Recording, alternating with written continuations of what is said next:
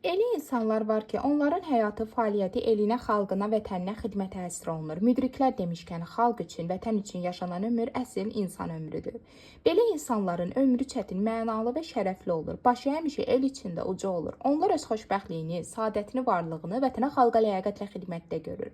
Belə insanlar öz xalqının, millətinin mənəvi siması, genofondudur desək, səhv etməliyik. Tam məsuliyyət və qürurla deyə bilərik ki, belə insanlardan biri də sözün həqiqi mənasında gözəl insan Daşkəsən rayon polis şöbəsinin Dövlət Yol Polisi bölməsinin rəisi Eldar Həsənovdur.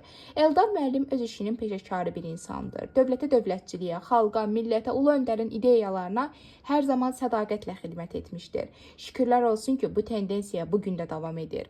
Onun həyat salnaməsinə nəzər salanda görürük ki, o hər zaman işinin öhdəsindən layiqincə gəlmiş, həm rəhbərliyin, həm də rəhbərlik etdiyi kollektivin dərin hörmət və rəğbətini qazanmışdır. Eldar müəllimin əl tutduğu, kömək etdiyi insanların sayı hesabı yoxdur. Öz işçilərini ailəsi kimi görür, onların problemləri yolunda əlindən gələn köməyi əsirgəmir.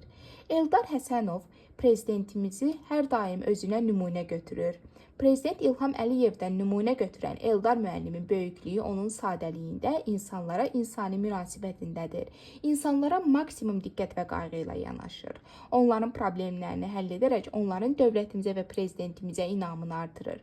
Biz də bu çətin və şərəfli işini böyük ləyaqət və vicdan hissi ilə icra etdiyi üçün Eldar müəllimə təşəkkür edir. Gələcək işlərində uğur və müvəffəqiyyətlər arzu edirik.